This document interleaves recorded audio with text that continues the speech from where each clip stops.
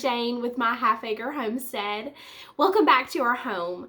So today is Saturday, and boy, do we have a jam-packed day. I need to make some breakfast. Granola, we're out, and Tom had requested some ham biscuits for quick, easy lunches to throw together. So definitely want to make some of those. And then I also need to make some pizza dough because we are out of pizza dough. So we definitely have a lot to do today. If I sound a little sniffly, I have had a little bit of a head cold, so I do apologize ahead of time. But we're going to not let that drag us down. We're going to get busy. I've got a lot of things to accomplish today. I also, if I get time before we have some hiking activities later. Sorry, my little kitty's coming out. Come on, Mimi. Let's go. Get down, Mimi. Real life, right? But Mimi, please get down. Mimi.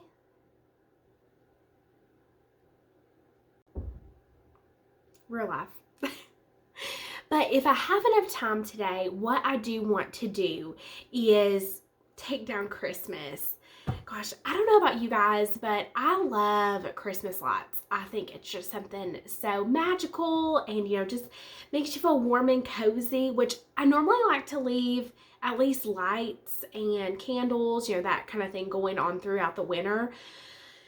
But, my husband took down one of my Christmas signs today, and I said, "What are you doing?" And he said, "It's not Christmas." I was like, "Oh, okay, Grinch." No. So I'm going to go ahead and take down at least like the Christmas Santas, that kind of stuff. We'll reset for like winter wonderland kind of thing. Because I don't know what you guys do. I'd love to know. Let me know in the comments what you guys do for like January through spring, because I'm not a real huge like decorate all over for Valentine's. I normally just do the staple holidays and then throw out some little, things here and there. But I don't have anything for Valentine's. So do you guys decorate for Valentine's? I'd love to know. Let me know in the comments. Or if you leave Christmas up until Valentine's, I'd love to know that and get some ideas too of what I'd like to do for our home, because I definitely am a decorator. So let me know, but let's go ahead and get started. Let's throw in the ham in the oven and then start on the granola. So I was gifted this ham, and my friend did not know what to do with it. So don't know what to do with it, but just did not need it because of the holidays. They went a different direction. So she gladly gifted it to me, which I will never say no to ham. Because it's not something that we normally buy.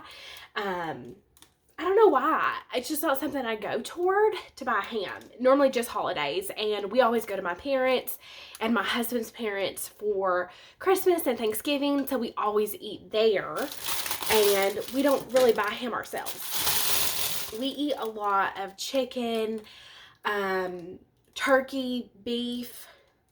We do eat pork, just not an abundance of it. So when I got this ham, she asked me, "Hey Sarah, I have this extra ham. Do you want it?" And I said, "Sure thing, girl. I'll take that." And I know Tom loves variety. So if I can do something different, he's really excited. So we're going to get this ham. Because I don't do hams and things, I don't really have a big enough aluminum. Well, you might want to see what I'm doing, but I'll show you in a minute. All I'm doing right now is just taking everything off the ham. All the wrapping, plastic, everything goes off the ham. And since I do not have a large pan for it, like what is it? Like a roaster or something.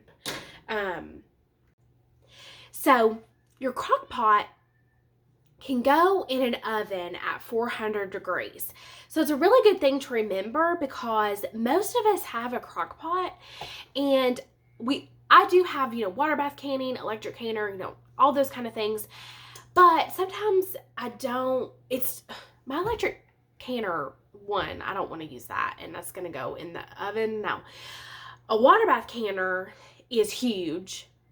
I could put it in the oven, but I'm going to broil it, so I don't really want the walls to be higher than my ham. So what I'm going to use is the inside of my crock pot. So we're going to get this out. This is a huge spiral ham, which is going to be awesome for biscuits. And if dinner, you know. I can freeze it if we get tired of it. Because it's just me and Tom. We don't have children. Throw this away. Hold on. And then we're going to get our seasoned packet over it. Because this is the glaze. I'm wrong. I'm wrong. We're going to do the dry brown sugar kind of thing after it cooks. So it's supposed to go in the oven for 10 to 12 minutes for every pound of ham. And this is an 8-pound ham, so I'm going to do it for roughly like 2 hours. So we're going to do that at 325. Let me wash my hands. And I'm going to cover it with foil.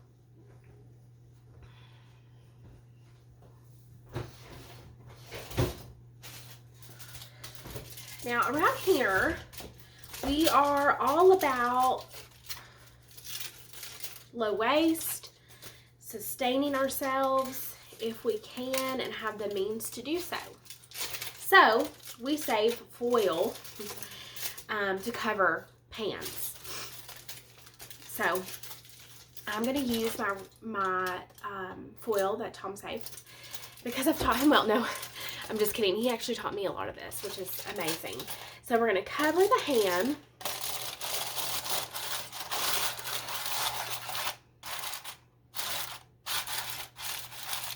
And then put it in the oven. So we've covered the ham and now it's going to go in the oven at 325. Now we're going to get started on the granola now that we've got the ham in the oven. And for my granola recipe, I'm going to need 6 cups.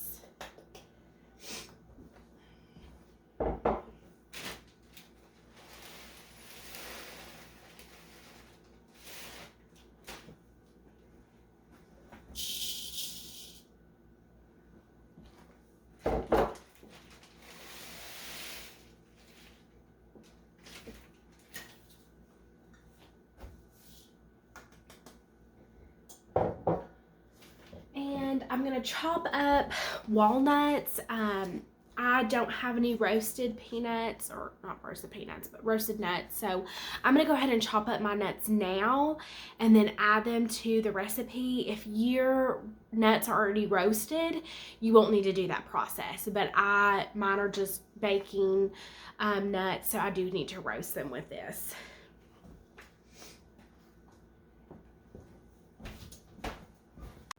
We love walnuts and pecans, so I'm going to do walnuts for this recipe.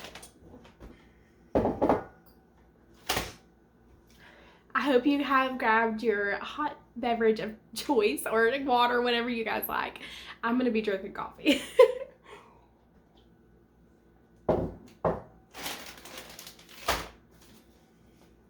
Because on days like today, when we have a lot of things to do, we need that energy and that boost of just a big hug.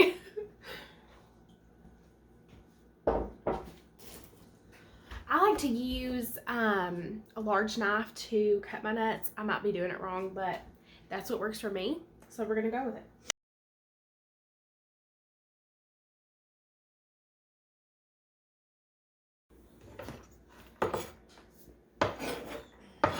So we really enjoy walnuts or pecans in this family. So I'm going to chop up a bunch of walnuts. Like I mentioned before, these are just baking walnuts, so that's why I am roasting them now. If you're adding roasted nuts, you do not need to do this.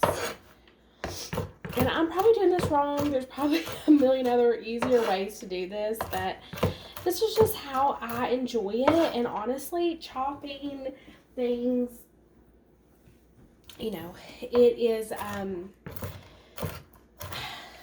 do I explain that? For me, it is kind of therapeutic cooking, doing it the old-fashioned way, you know. It's probably harder, but I have the time today, and, you know, like I said, I've been a little under the weather, so I find that this is just really what I need. What my soul needs is to be in the kitchen. I don't have a bench scrape, so if you have one, this would be a great time once you've chopped up a lot of your nuts to your liking of being chopped. I start adding them just so I can get a feel of how many I'm adding versus your oats. You can add more, you can add less, you know, really whatever you guys like. Tom requests that I do more of like a clustery kind than just, in the past you know, it's really hard. When you find a bunch of recipes, you want to try them all, right? But, some of them are better than others, and he likes just like the toasted oats. That's good. But we're looking more for something a little more hearty, more clusters, more of something nice to add to your yogurt. So that's what he requests. That's what he'll get.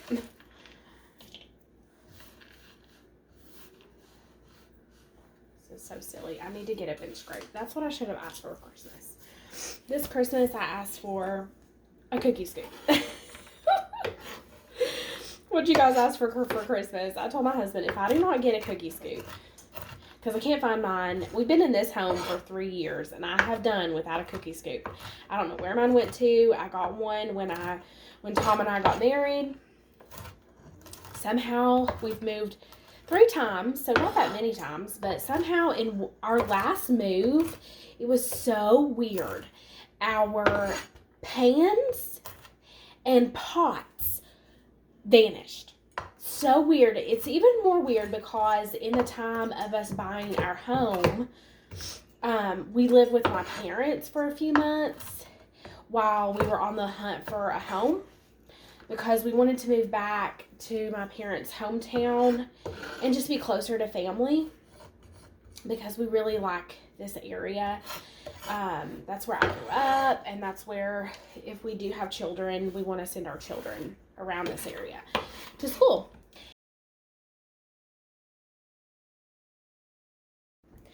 Alright, and you're going to add some salt, a good amount.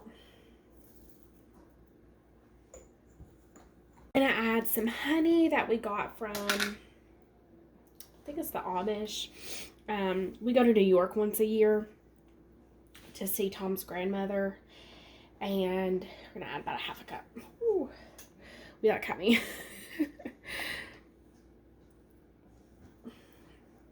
But we go to this grocery store called Sauter's, and they have the best honey. So good. It's kind of like a Walmart for Amish. A bunch of Amish make the goods for Sauter's. And flour. This recipe calls for 3/4 cup.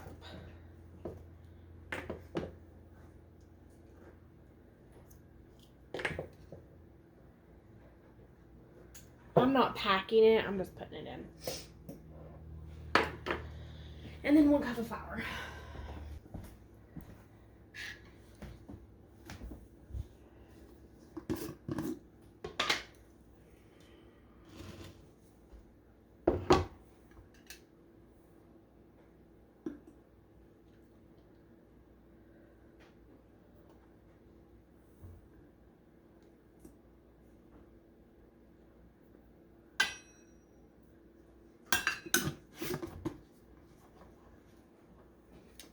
And then now we need a 1/4 cup of coconut oil. And I had to warm that up.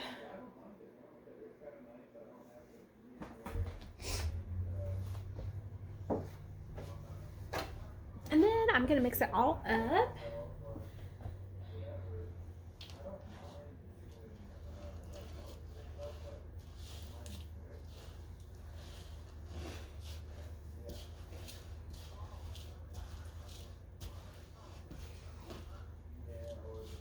And the flour is going to help make those little clumps. Look, it's already clumping some. That's awesome.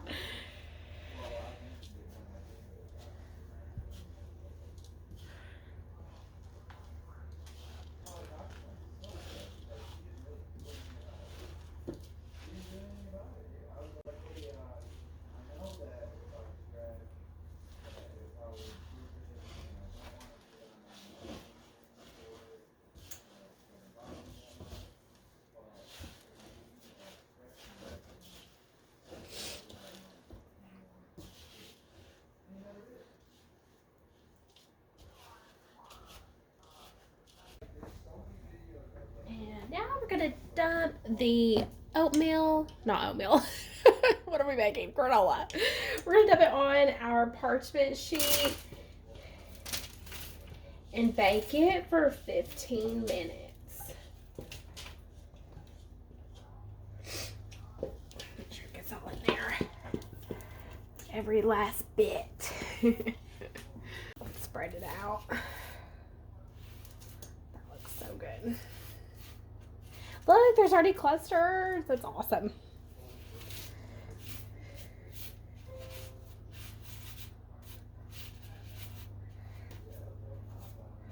And in the oven, she's going to go right underneath that ham.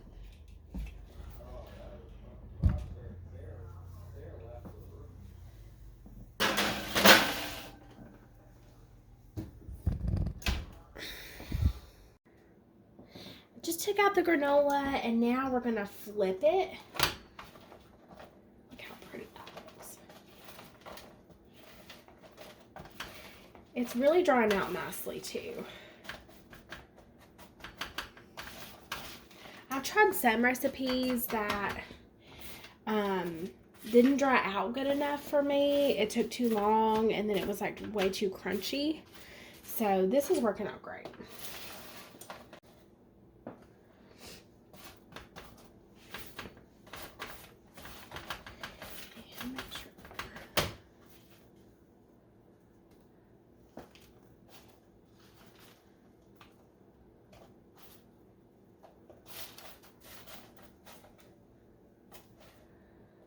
Okay. And back in the oven she'll go for 15 minutes.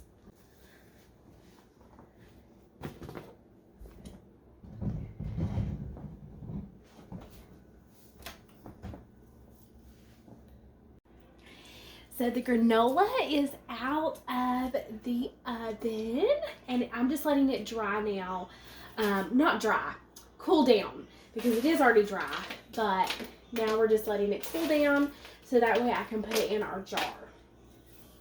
And then while this is cooling down, I'm going to start our strawberry jam. So I put 4 pounds of berries into my Dutch oven.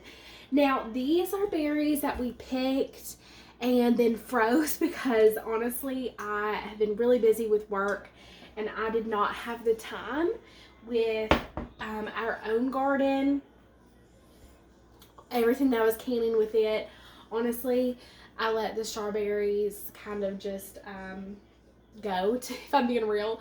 And so now we're going to tackle it and get these canned up and the jam made, because we had jam but now we don't anymore, and I'm dying for some strawberry jam. So we're going to put 4 pounds of strawberries in here, and then we're going to add 3.5 cups of sugar and some lemon juice, and then we're going to let it boil.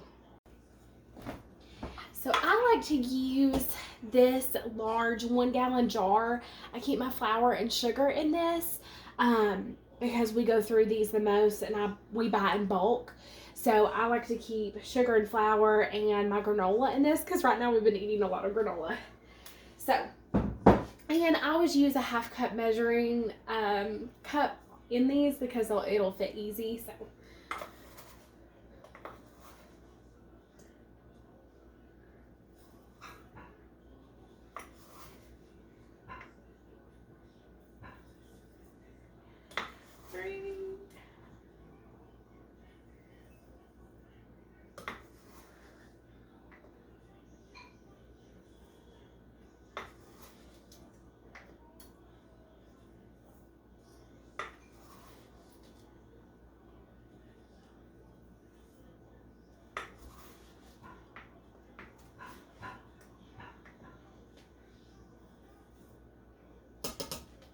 And we're also going to add 6 tablespoons of lemon juice.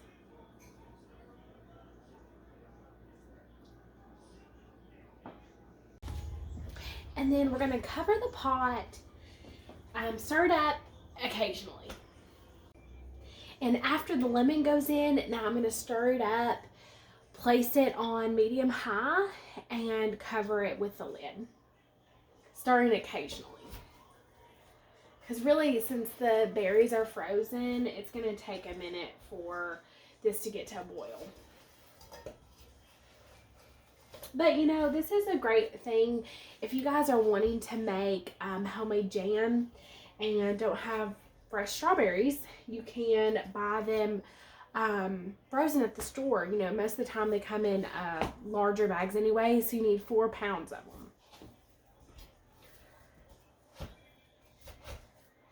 And then just get you a couple lemons.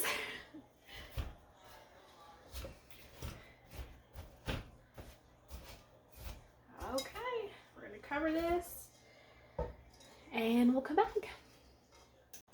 Now that we've got the lid on the strawberry jam, I'm going to go ahead and this is cooled, so I'm going to package this up in our jar. Let me get the jar down.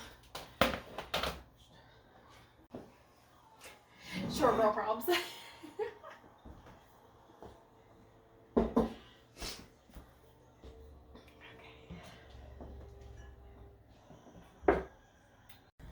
So we're going to fill the jar.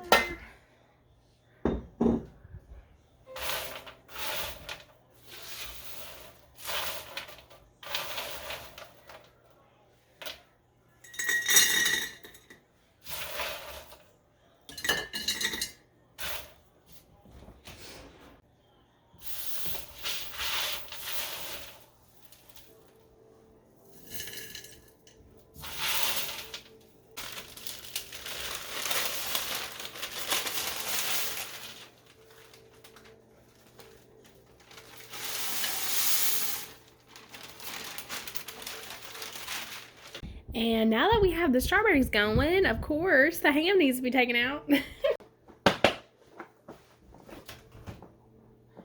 It smells like heaven in here. That's the only bad thing about using this crock pot. It's a little bit heavier.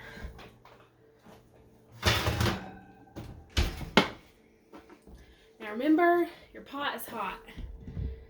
So what I like to do is I'll put my mitts around the side because I know it's hot. And it'll help remind me this is hot. So we gotta take this out, baste the ham with its own juices, and put the packet of dry stuff over top.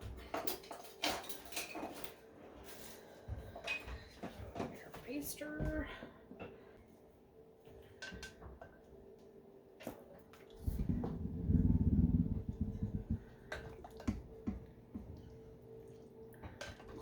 And we're going to spread this over top.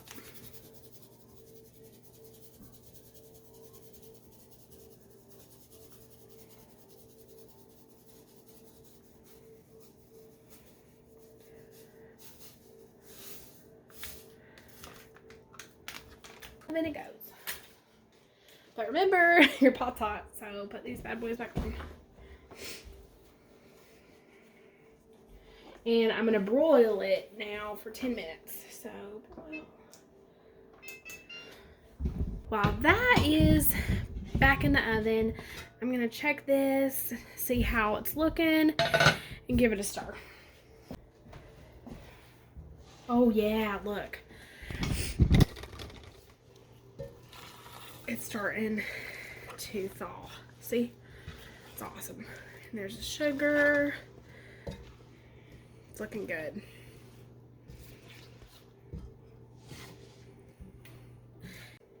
Sometimes you just run out of steam or time to do things, especially during the harvest season, because there's all kinds of produce coming in and you got to get to it or it'll go bad. So one thing that you can do is freeze some of the produce. You know, like tomatoes, you can freeze those, and strawberries as well, blueberries, raspberries, those kind of things can be frozen, and then that way you can enjoy them at a later date and handle them and tackle them at that time. So this is a great way, and just to show you, it's going to be amazing when we're done. I'm getting excited. We've been out for a minute, so this is something I love because my mom used to make strawberry jam, and it's just so good. And this feels such like a big win because we've restored something we were out of, and it's home done, which there's just something to say about homemade goods. It just makes you feel good and you can sustain yourself. I don't have to go to the store. I had all the ingredients right here in my pantry, and it was simple as that. Beautiful. And then once it's all married together and starting to liquefy, I just take my potato masher and kind of mash it up. You can use your emulsifying blender, but we like larger chunks, so we prefer it just mashed. There is nothing more than I love than doing this. It's a cold, rainy day, and just something comforting about being in the kitchen, getting your projects done that you had planned for the week. And when you're a little sicky and not really feeling like going anywhere, this is just so relaxing and comforting to do.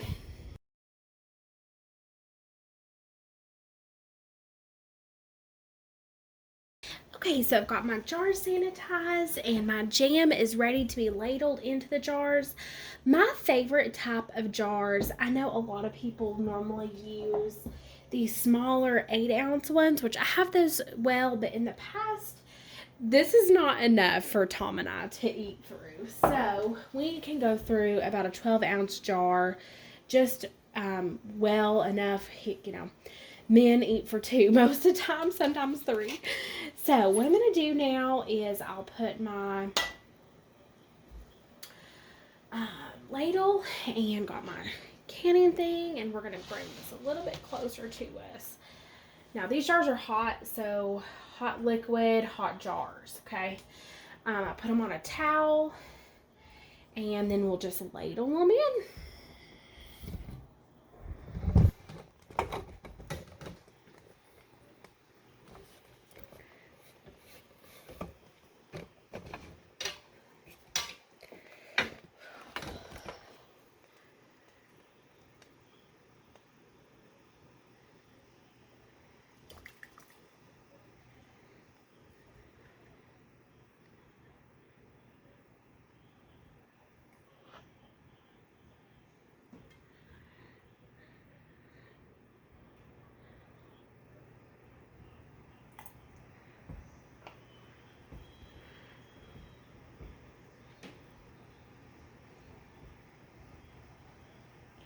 I'll tell you guys too, I always clean or sanitize more than enough jars because there's nothing like not having enough and having too much liquid.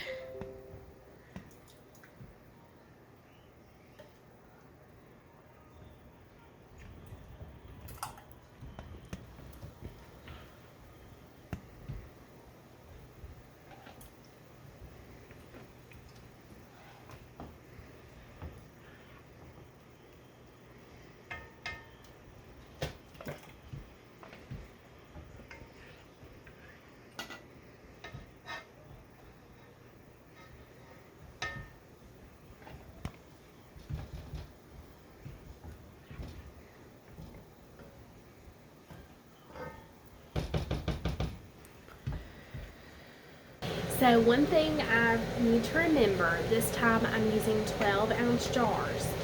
So 4 pounds of strawberries will make 3 12-ounce jars, and I probably should have sanitized an 8-ounce, but that's okay. So, note to self, next time I am doing this recipe, I should probably double. And the strawberry jam is going to be processed for 10 minutes. So something that I want to tell you guys too is right now My windows are so fogged up. I've got the heat ventilator, or the fan is on, sucking out, you know, the hot air.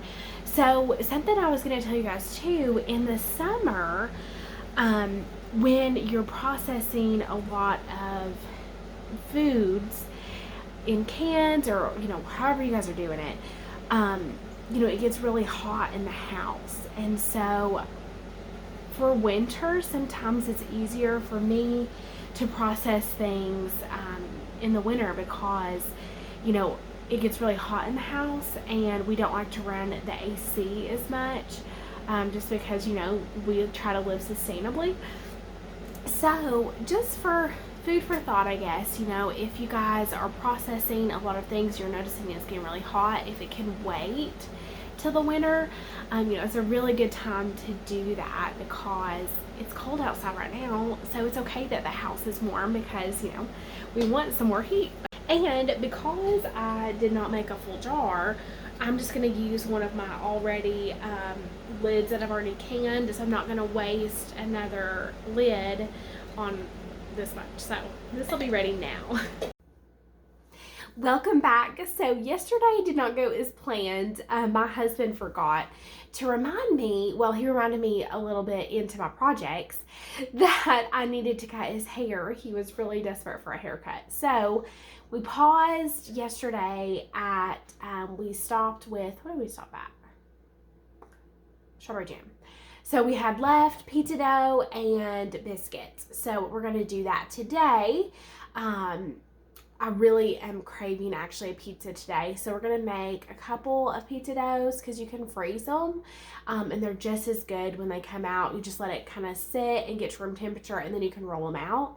So I'm going to make a few of those to put back up. And then the biscuits, we need to make biscuits, then bake them, and then put together our freezer ham and cheese egg biscuit. Tom's really excited about those, to have those as easy lunches for breakfast or lunch. But so we're gonna get that done today. We have our football game that we love to watch at 4. We are big NFL Philadelphia Eagle fans around here, which so we're diehard fans. So we're gonna be watching that today. So I want to make sure to get everything done, so that way I can fully enjoy the game and not be worried about, oh, what am I going to make for dinner tonight? Because easy peasy, I'm just going to throw the pizza in the oven after we roll it out and put some toppings on it. Just really quick and simple, which I love when we've got a busy day ahead and you just want to get something in the oven quick to fill your belly. That way you're not impulse buying takeout. So join me and I'll show you some really tasty, yummy biscuits and some of the quickest pizza dough I've ever made. I've truly tried probably 7 different recipes, because Tom and I want to use and eat quality food. So we try to ourselves, make everything from home. So scratch made, breaking down the ingredients, trying not to, if we can, buy the, go into Walmart or Costco, Sam's, any of those. They're great things, and sometimes you need that quick and convenience meal, so that's awesome. I'm not saying that we don't eat that kind of stuff, because we definitely do. But if we can make it and make it good and just as good of a quality as something store-bought, we're going to try it. So this is my 8th different pizza dough recipe that I've tried, and let me tell you, it probably takes me a top of 15 minutes to make it from start to finish. And I'm telling you, it's ready within 10 minutes. You're going to enjoy it. I hope you truly make it. I'll leave the recipe down in the description box below, because if I can find something and try and share it with you, I will. So let's all head on over and we'll make the biscuits first. So you're going to find this funny. This recipe I actually got from the back of my Aldi's baking powder. I've tried a bunch of different recipes, and for some reason I was looking at the back of it and I thought, hey, oh my goodness, I'm going to try that, and it works great. The only tweaking I do is I will use buttermilk instead of regular milk. we're not people who use shortening a lot, except in pie crust and now in our biscuits. So I love it. It's great. I definitely recommend it. This recipe calls for 2 cups of flour. That's if you're doubling it. You'll, of course, want to double all their ingredients. 2 cups of flour, and then I think this is 1/3 cup of shortening, and then I'm going to throw in a good dash of salt, because it asks for a teaspoon. And then we're going to do 1 tablespoon of cold butter. So we're going to get that in there. And I always make sure it's really cold. I should have broken up the shortening better.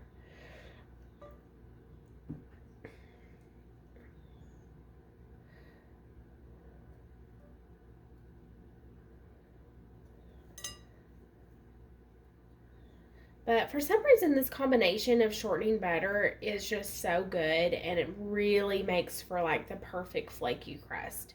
I've substituted and just done all butter, and I really like that too. But I really enjoy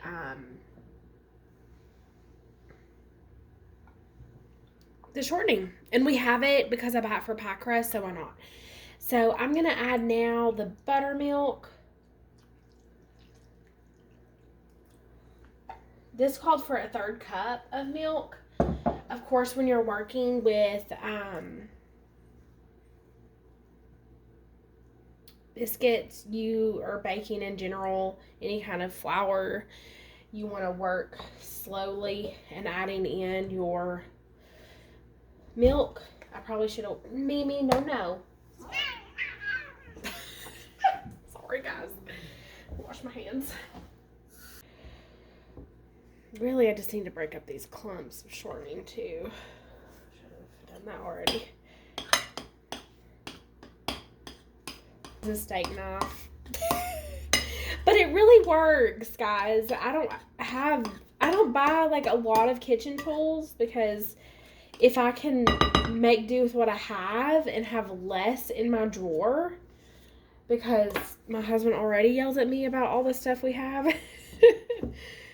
I'm just kidding, he doesn't, but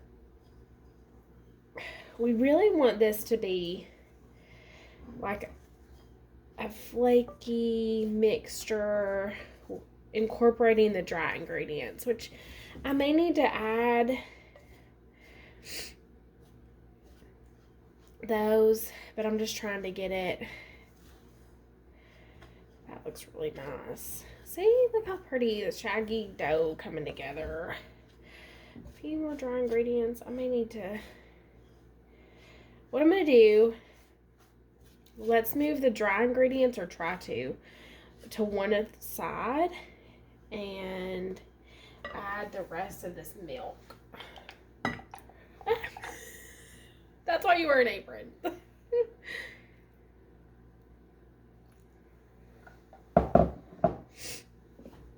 Yeah, there we go. That's looking good, because I don't want it to be like sopping wet, you know. We're making a dough, not a pudding.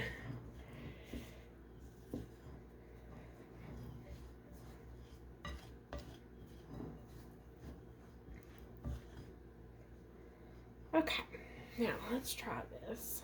We want it to form a ball, and we try to put it together. Oh yeah, that's great. Oh my gosh, this is awesome.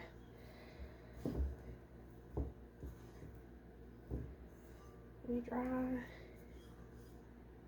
Just a few dry pieces, so we'll put the rest of the dry in that area.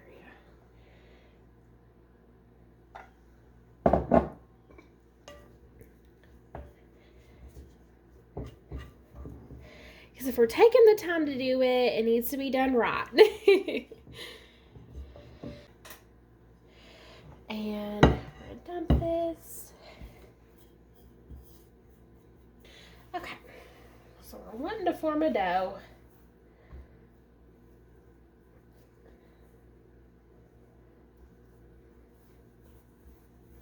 And the secret to this being flaky, not only we've got that butter and shortening in there,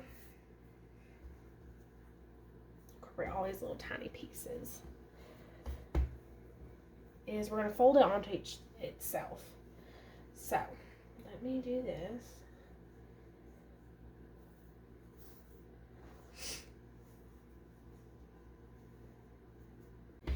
And we're going to roll it out.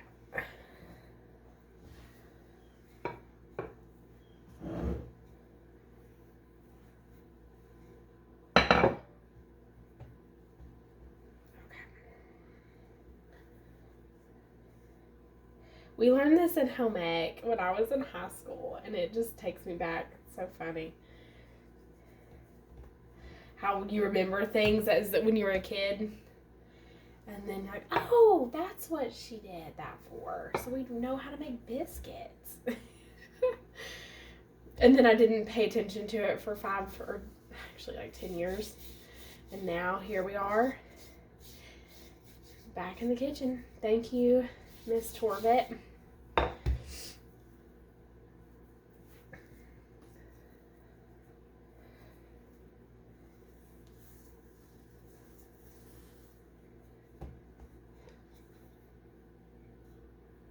Each time you fold this in a third, it is creating those different layers, the flaky crust.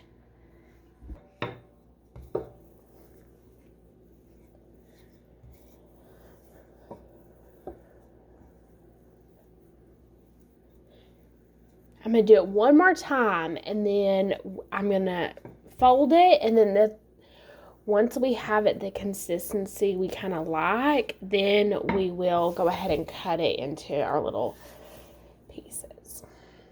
One last time here.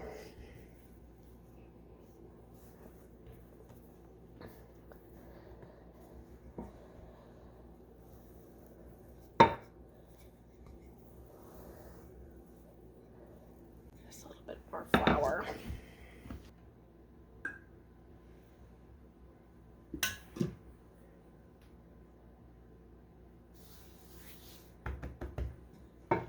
You can also put some flour on your rolling pin too. That helps. Probably not doing it quick enough. That's why it's starting to melt on me. But look at that. Look, you can tell this is much more ready to be rolled out to what we need to cut.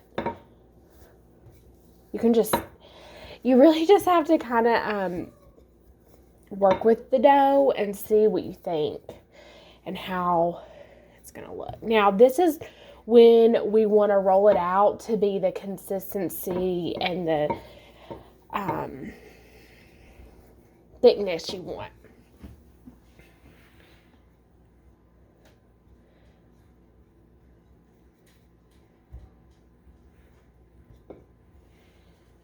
I think that's good. Okay. We've got our rings, and I'm going to use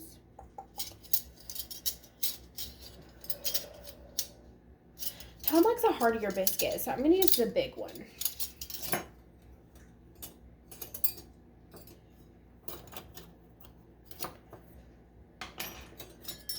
I keep them together in those little,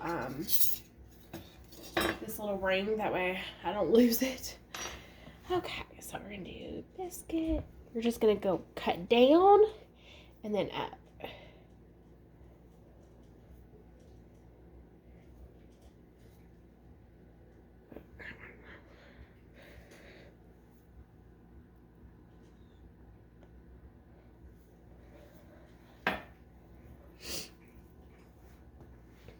And we'll take all this and do the layers in there.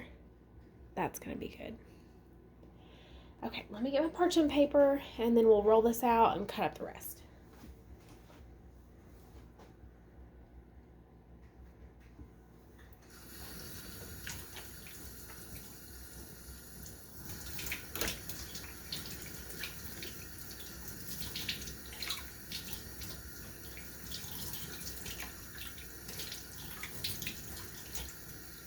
No, no, Mimi.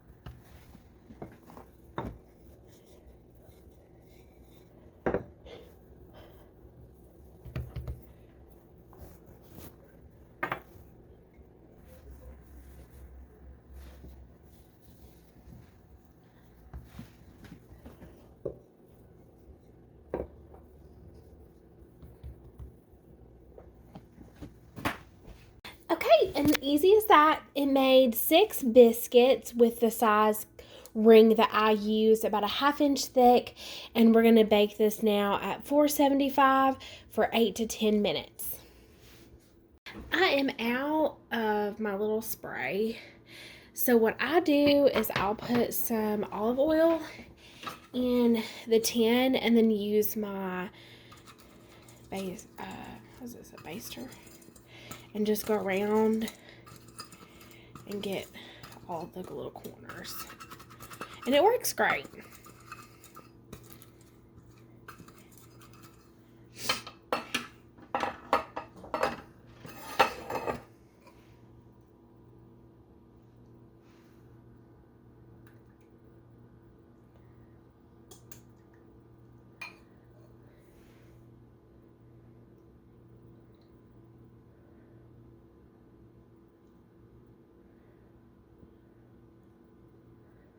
Perfect.